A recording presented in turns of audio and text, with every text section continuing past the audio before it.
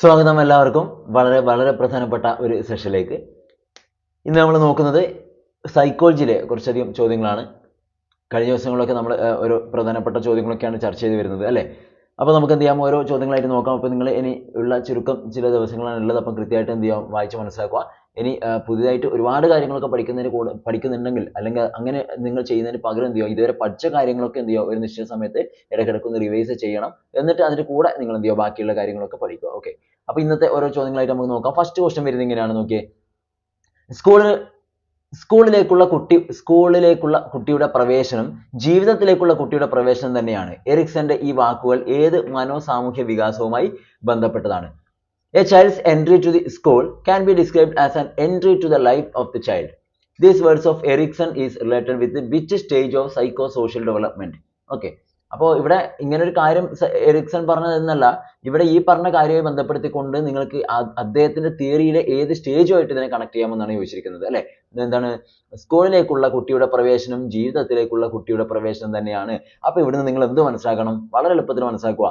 സ്കൂളിലേക്കുള്ള കുട്ടിയുടെ പ്രവേശനം എന്ന് വെച്ചാൽ നമ്മൾ കുട്ടിയെ സ്കൂളിൽ ചേർക്കുന്ന ആ ഒരു കാലഘട്ടം എന്ന് വെച്ചാൽ പ്രൈമറി സ്കൂൾ സ്റ്റേജ് അല്ലെ. നമ്മൾ കുട്ടിയെ ചേർക്കുന്ന ആ ഒരു കാലഘട്ടം ഉണ്ടല്ലോ, അത് മിക്കവാറും നിങ്ങൾക്കറിയാം ഒരു 6 വയസ്സ് മുതൽ ഒരു 12 വയസ്സ് വരെയുള്ള ഒരു കാലഘട്ടമായിരിക്കും, സംശയമൊന്നുമില്ലല്ലോ. അപ്പോൾ നമ്മൾ ആ ഒരു കാലഘട്ടം വരുന്നത് ഇതിൽ ഏത് സ്റ്റേജ് ആയിട്ട് നമുക്ക് പറയാൻ പറ്റും? ട്രസ്റ്റ് വേഴ്സസ് മിസ്ട്രസ്റ്റ് അഥവാ വിശ്വാസം അവിശ്വാസമാണോ? Autonomy versus shame and doubt അല്ലെങ്കിൽ സ്വയം തീരുമാനം ലജ്ജ ആണോ? അല്ല ഐഡന്റിറ്റി വേഴ്സസ് ഐഡന്റിറ്റി ക്രൈസിസ് അല്ലെങ്കിൽ സ്വത്വ സ്ഥാപനം സ്വത്വ പ്രതിസന്ധി. Option D industry versus inferiority അല്ലെ. ഈ പറഞ്ഞ 4 കാര്യങ്ങൾ നമുക്ക് ഏതാ പറയാൻ പറ്റുമോ? വളരെ എളുപ്പത്തിൽ പറയാൻ പറ്റും. ഏതാണ്? 6 മുതൽ 12 വരെ വയസ്സുള്ള ആ ഒരു കാലഘട്ടമാണ്. ആ ഒരു കാലഘട്ടത്തിൽ കുട്ടി ഉൾപ്പെടുന്നത് ഏതിലാണ്? യാതൊരു സംശയവും വേണ്ട, ആൻസർ വരുന്നത് ഓപ്ഷൻ ഡി ആണ്. അധ്വാനം വേഴ്സസ് അപകർഷത അല്ലെങ്കിൽ ഇൻഡസ്ട്രി വേഴ്സസ് ഇൻഫീരിയോറിറ്റി ആണ്. Clear? Industry versus inferiority. Next, Arun ഒരു മാസമായി സൈക്കിൾ ഓടിക്കാൻ ശ്രമിക്കുകയാണ്. എന്നാൽ ഇപ്പോഴും അവന് ശരിയായി സൈക്കിൾ ഓടിക്കാൻ കഴിയുന്നില്ല. ഇത് ഏത് പഠന വൈകല്യത്തെ സൂചിപ്പിക്കുന്നു? ഇതേ ടൈപ്പ് നമ്മൾ ഇതിന് മുന്നേ ഡിസ്കസ് ചെയ്തിട്ടുണ്ട്.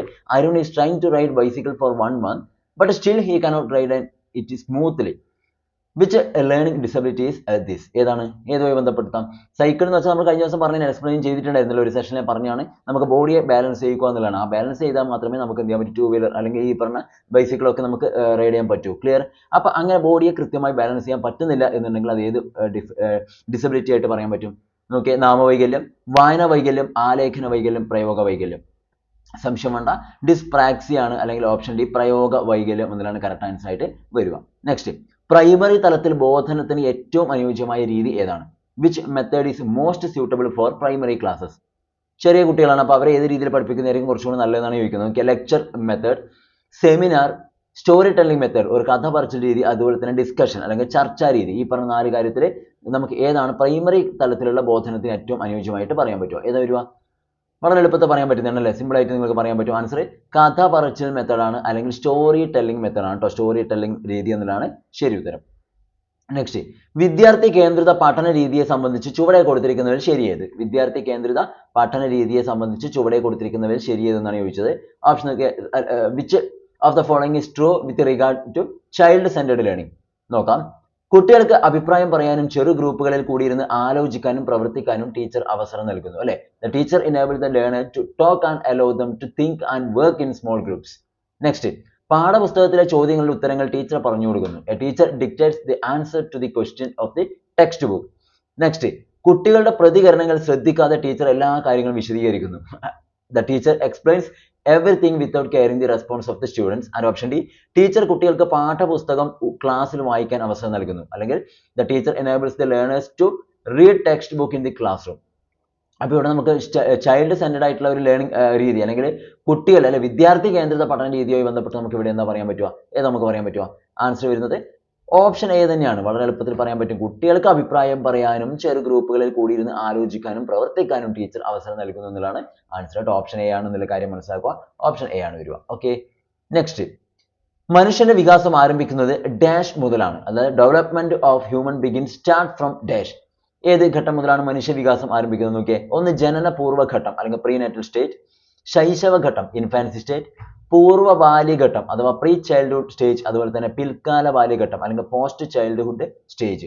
ഇതിൽ മനുഷ്യന്റെ വികാസം ആരംഭിക്കുന്നത് ഏത് ഘട്ടം മുതലാണെന്നാണ് ചോദിക്കുന്നത്, അല്ലെങ്കിൽ ഏത് പ്രായം മുതലാണ് അല്ലെങ്കിൽ എവിടെ മുതലാണ്? നമ്മൾ പറയാറുണ്ട് ജനനം മുതൽ എന്നൊക്കെ നിങ്ങൾ പറഞ്ഞിട്ടുണ്ട്. അപ്പൊ നിങ്ങൾ ഒരിക്കലും ശൈശവഘട്ടം മുതൽ എന്നൊന്നും പറയാൻ പാടില്ല. ഇത് പറയാറുണ്ട് development takes place from womb to tomb എന്നാണ്. അപ്പൊ അതായത് ജനിക്കുന്നതിന് മുന്നേ ജനന പൂർവ്വഘട്ടം മുതലാണ് വരിക. പ്രീനേറ്റൽ സ്റ്റേറ്റ് മുതലേ നമുക്ക് ഡെവലപ്മെന്റ് സ്റ്റാർട്ട് ചെയ്യുന്നുണ്ട് എന്നുള്ള കാര്യം മനസ്സിലാക്കുക. ഓക്കെ, അപ്പൊ നമ്മുടെ ആൻസർ ആയിട്ട് ഇവിടെ വരുന്നത് ഓപ്ഷൻ എ ആണ്, ജനന പൂർവ്വഘട്ടം അഥവാ പ്രീനേറ്റൽ സ്റ്റേറ്റ് എന്നുള്ളതാണ് ആൻസർ. നെക്സ്റ്റ്, അഭിപ്രേരണയുമായി ബന്ധപ്പെടുത്തി സാമൂഹികമായ അംഗീകാരം, അധികാരത്തോടുള്ള ആഗ്രഹം എന്നിവ മുന്നോട്ട് വെച്ചത് ആര്? സാമൂഹികമായ അംഗീകാരം എന്ന് വെച്ചാൽ എന്താണ്? നീഡ് ഫോർ അഫിലിയേഷൻ, അതുപോലെ തന്നെ need for power and need for achievement എല്ലാം വരും. ഇത് നമ്മൾ ഡയറക്റ്റ് ഒരുപാട് തവണ ക്വസ്റ്റ്യൻ വന്നിട്ടുണ്ട്. അപ്പൊ നമുക്ക് എന്ത് വരാം? Need for affiliation, need for power, അതുപോലെ തന്നെ നീഡ് ഫോർ അച്ചീവ്മെന്റ്. ഈ മൂന്ന് കാര്യങ്ങളൊക്കെ റിലേറ്റ് ചെയ്തിരിക്കുന്നത് ഏത് തിയറിയുമായി ബന്ധപ്പെട്ടാണ്? മോട്ടിവേഷന്റെ മെക്ലൻഡുമായി ബന്ധപ്പെട്ടിട്ടാണ് കേട്ടോ. അതിന് ഞാൻ ഓപ്ഷൻ ഒന്നും ആവശ്യമില്ല, നിങ്ങൾക്ക് ഇതൊക്കെ ഡയറക്റ്റ് ഒരുപാട് തവണ വരുന്നതാണ്. അപ്പൊ മെക്ലൻഡ് ആണ് അഭിപ്രേരണ സിദ്ധാന്തമൊക്കെ ബന്ധപ്പെട്ടൊക്കെ നീഡ് ഫോർ അച്ചീവ്മെന്റ് അതൊക്കെ വരുന്നത് ഏതാണ്? മെക്ലൻഡുമായി ബന്ധപ്പെട്ട കാര്യമാണെന്നുള്ള കാര്യം ഓർത്തിരിക്കുക. വളരെ ഡയറക്റ്റ് ക്വസ്റ്റ്യൻ ആണ്, ഒരുപാട് തവണ ചോദിക്കാറുണ്ട്. നെക്സ്റ്റ്, നോം ചോംസ്കിയുടെ അഭിപ്രായത്തിൽ ഭാഷയുടെ അവികസിത രൂപം ഏത്? According to Chomsky, the rudimentary form of language is being. Options: സമൂഹത്തിൽ കാണപ്പെടുന്നു ഓർ ഫൗണ്ട് ഇൻ സൊസൈറ്റി, മസ്തിഷ്കത്തിൽ സൂക്ഷിക്കുന്നു അല്ലെങ്കിൽ സ്റ്റോർഡ് ഇൻ ബ്രെയിൻ, വിദ്യാഭ്യാസത്തിലൂടെ മാറ്റം ചെയ്യപ്പെടുന്നു അല്ലെങ്കിൽ transfer through education, and option D, ആശയവിനിമയത്തിലൂടെ വികസിക്കുന്നു അല്ലെങ്കിൽ ഡെവലപ്ഡ് ബൈ ഇന്ററാക്ഷൻ. ഇത് നമുക്ക് ഏതാ പറയാൻ പറ്റുക? ചോംസ്കിയുടെ അഭിപ്രായത്തിൽ ഭാഷയുടെ അവികസിത രൂപം ഏതിലാണ് ഉള്ളതാണ്, അല്ലെ? എവിടെയാണ്? സംശയമേ വേണ്ട, നമ്മൾ ബ്രെയിനുമായി ബന്ധപ്പെട്ട് പറഞ്ഞാണ്, മസ്തിഷ്കത്തിൽ സൂക്ഷിക്കുന്നു എന്നതാണ് ആൻസർ കേട്ടോ. സ്റ്റോർഡ് ഇൻ ബ്രെയിൻ എന്നതാണ് കറക്റ്റ് ആൻസർ. ഇതൊക്കെ എനിക്ക് തോന്നുന്നു അത്യാവശ്യം നിങ്ങൾക്ക് എല്ലാവർക്കും നന്നായിട്ട് കിട്ടുന്നുണ്ടാവും ഇതിലെ ക്വസ്റ്റൻസ്. അത്യാവശ്യം ബേസ് ആയിട്ടുള്ള ചോദ്യങ്ങൾ തന്നെയാണ് ഇതിലുള്ളത്. ഓക്കെ, നിങ്ങൾക്ക് അതുകൊണ്ട് തന്നെ കൃത്യമായിട്ട് എല്ലാം പെട്ടെന്ന് ആൻസർ ചെയ്യാനും പറ്റും. അടുത്തത്, ചുവടെ കൊടുത്തിരിക്കുന്നതിൽ പഠനവുമായി ബന്ധപ്പെട്ട് ശരിയായ പ്രസ്താവന ഏത്? Which among the following statement is true about learning? പഠനവുമായി ബന്ധപ്പെട്ട് ശരിയായ പ്രസ്താവന. ഓപ്ഷൻ നോക്കിയേ. കുട്ടിയുടെ വൈകാരിക ചിന്തയ്ക്ക് അനുകൂലവും തൃപ്തികരവും ആയ അന്തരീക്ഷത്തിൽ നടക്കുന്ന പഠനം കാര്യക്ഷമമായതാണ്. അല്ലെങ്കിൽ learning is effective in an environment that is emotionally positive and satisfying for the learner. Next, കുട്ടികൾ തെറ്റുകൾ വരുത്തുന്നു എങ്കിൽ പഠനം നടന്നില്ല എന്ന് അനുമാനിക്കാം. അതായത് errors made by children indicates that no learning has taken place. Next, പഠനം അടിസ്ഥാനപരമായ ഒരു മാനസിക പ്രവർത്തനമാണ് അല്ലെങ്കിൽ learning is fundamentally a mental activity. And option D, വൈകാരികമായ ഘടകങ്ങൾ ഒരിക്കലും പഠനത്തിന്റെ ഒരു ഘട്ടത്തിലും ബാധിക്കുന്നില്ല. അതായത് learning is not affected by emotional factors at any stage of learning. Okay, അപ്പൊ ചുവടെ കൊടുത്തിരിക്കുന്നതിൽ പഠനവുമായി ബന്ധപ്പെട്ട് ശരിയായ പ്രസ്താവന ഏതെന്നാണ് ചോദിച്ചിരിക്കുന്നത്. നിങ്ങൾക്ക് തന്നെ വളരെ എളുപ്പത്തിൽ പറയാൻ പറ്റില്ല. ഏതാ വരുക? സിമ്പിൾ ആയിട്ട് പറയാൻ പറ്റും, കറക്റ്റ് ആയിട്ട് പറയാൻ പറ്റും. ആൻസർ വരുന്നത് കറക്റ്റ് ആയിട്ട് പറഞ്ഞാൽ ഓപ്ഷൻ എ തന്നെയാണ്. കുട്ടിയുടെ വൈകാരിക ചിന്തയ്ക്ക് അനുകൂലവും തൃപ്തികരവുമായ അന്തരീക്ഷത്തിൽ നടക്കുന്ന പഠനം കാര്യക്ഷമമായതാണ്. ഓക്കെ, ബാക്കിയൊന്നും നമുക്ക് അങ്ങനെ ശരിയായിട്ട് പറയാൻ പറ്റില്ല. നെക്സ്റ്റ്, 7ാം ക്ലാസ്സിൽ പഠിക്കുന്ന അലോക് പഠനവുമായി ബന്ധപ്പെട്ട എല്ലാ പ്രവർത്തനങ്ങളിലും വളരെ പിന്നോക്കമാണ്.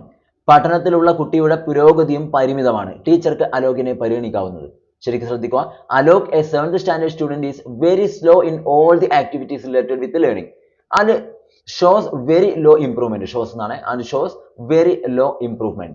Teacher may identify Alok is നേരിട്ട ഓപ്ഷൻസ് നോക്കാം. നേരിയ ബുദ്ധി പരിമിതിയുള്ള കുട്ടിയായി അല്ലെങ്കിൽ മൈൽഡ് റിട്ടാർഡഡ്, സാധാരണ കുട്ടിയായി നോർമൽ, കഠിനമായ ബുദ്ധി പരിമിതിയുള്ള കുട്ടി അല്ലെങ്കിൽ severely retarded, and option D അഗാധമായ ബുദ്ധി പരിമിതിയുള്ള കുട്ടി അല്ലെങ്കിൽ പ്രൊഫൗണ്ട്ലി റിലേറ്റഡ്. ഓക്കെ, റിട്ടാർഡഡ് ആണ്, പ്രൊഫൗണ്ട്ലി റിട്ടാർഡഡ് എന്ന് തന്നെയാണ് വരിക. അപ്പൊ ഇവിടെ നോക്കേണ്ട കാര്യം 7ാം ക്ലാസ്സിലെ ആണ് അലോക് എന്ന് പറയുന്ന കുട്ടി പഠിക്കുന്നതെന്ന് മനസ്സിലായി. പഠനവുമായി ബന്ധപ്പെട്ട എല്ലാ പ്രവർത്തനങ്ങളും വളരെ പിന്നോക്കമാണെന്നേ പറയുന്നുള്ളൂ. എന്ന് വെച്ചാൽ കുട്ടി മൊത്തത്തിൽ പിന്നോക്കത്തിലല്ല, പഠനവുമായി ബന്ധപ്പെട്ട എല്ലാ പ്രവർത്തനങ്ങളും അവൻ കുറച്ച് ബേക്കാണ്, അല്ലെ? അപ്പൊ പഠനത്തിലുള്ള കുട്ടിയുടെ പുരോഗതിയും പരിമിതമാണ് എന്നേ പറയുന്നുള്ളൂ. അപ്പൊ അലോകിനെ നമുക്ക് ഏതിൽ പരിഗണിക്കാം? കൃത്യമായിട്ട് പറഞ്ഞാൽ നോർമൽ കുട്ടിയായിട്ട് നമുക്ക് എന്തായാലും പറയാൻ പറ്റില്ല. നോർമൽ മീൻസ് അവൻ എന്താണ്, അബ്നോർമൽ ആയിട്ട് മറ്റെന്തോ പ്രശ്നമുള്ള പോലെ അല്ല പറയുന്നത്. അപ്പൊ അവൻ എന്താണ്, പഠിക്കുക എന്നുള്ള ഒരു കഴിവ് വെച്ച് നോക്കുമ്പോൾ അവൻ എന്താണ് ബുദ്ധിമുട്ടുന്നതാണ് നോക്കേണ്ടത്. അപ്പൊ ആൻസർ ആയിട്ട് വരുന്നത് ഓപ്ഷൻ എ തന്നെയാണ്, നേരിയ ബുദ്ധി പരിമിതിയുള്ള കുട്ടിയായിട്ട് പറയാം. ഓക്കെ, അതുകൊണ്ടാണ് അവർ പഠനവുമായി ബന്ധപ്പെട്ട കാര്യങ്ങളൊക്കെ ഒന്നും അധികം ശ്രദ്ധ കേന്ദ്രീകരിക്കാൻ പറ്റാതെ, ചെയ്യാൻ പറ്റാത്തത്, താല്പര്യമില്ലാത്തത്. ഓക്കെ, മൈൽഡ് റിട്ടാർഡഡ് എന്നേ പറയാൻ പറ്റും.